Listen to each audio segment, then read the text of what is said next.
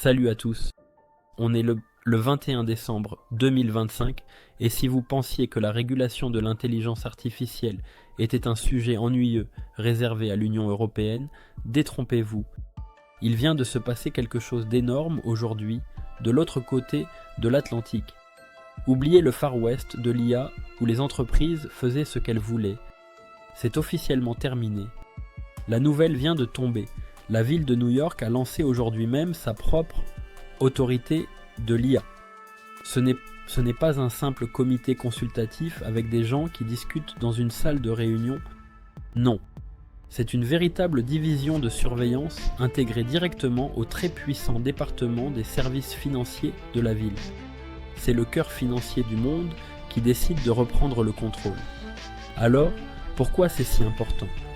Depuis des années, les géants de la tech déploient des modèles d'IA qui impactent nos vies, nos demandes de prêts, nos assurances, parfois même nos recrutements, sans jamais expliquer comment ces modèles prennent leurs décisions.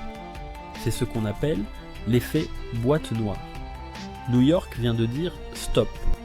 L'objectif principal de cette nouvelle autorité est d'imposer une transparence radicale. Ils veulent savoir ce qu'il y a sous le capot.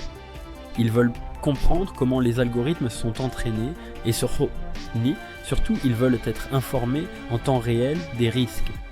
Et c'est là que ça devient très intéressant pour nous et très effrayant pour la Silicon Valley. Cette autorité a des dents.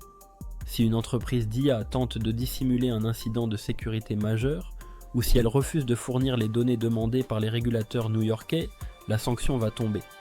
On ne parle pas de petites tapes sur les doigts. On parle d'amendes pouvant atteindre 3 millions de dollars en cas de récidive. C'est un signal extrêmement clair.